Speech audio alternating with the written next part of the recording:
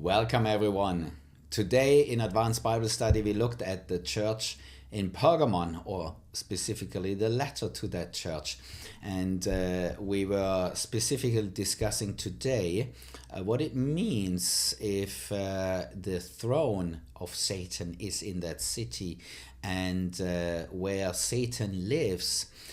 The challenge we have here is the question, is there an actual place where Satan lives and has his throne? Wouldn't he go about this world as such? Does he need a place to stay? Or is Jesus referring to here similar to what it was in the church of Smyrna, where the synagogue of Satan was?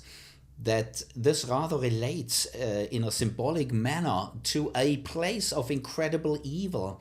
And when we look at Pergamum, we can see that in those days there was the concentration of probably most of the pagan cults in that place when we look at all the places in Asia.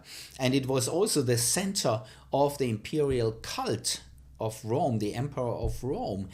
That was the official place where that worship was specifically concentrated. They were proud of that status that they had in that city.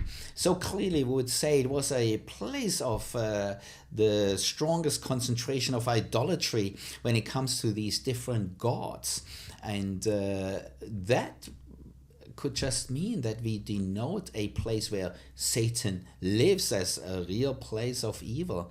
And likewise, we would look at it similarly when Jesus calls Peter Satan. It doesn't mean that Peter is Satan, but he behaves like him in that very moment where he calls him out. And that's why I do believe that this is more to be taken symbolic, and we don't have to look for any place where Satan today would have his throne. Specifically, if we would try, a lot of cities would come to mind where idolatry is rife, where perhaps the city itself stands for idolatry. A city like Las Vegas would come to mind where it has been built around idolatry. But there are many other cities that are no better when it comes to the kind of evil that is conducted in that city. And evil doesn't have to do with violence necessarily. It can be just that there is the absence of worshipping the God of the Bible. So from that perspective, there are different levels of it, and clearly we can find that in many cities as well. So that was our discussion. What does it mean when it says that that is where Satan has his throne? And clearly we can see also from the description here that there was a strong persecution of the Christians in this city, and that, like with the city of Smyrna, caused the Christians to be suffering there, and some had to die as martyrs for their faith because of what they believed.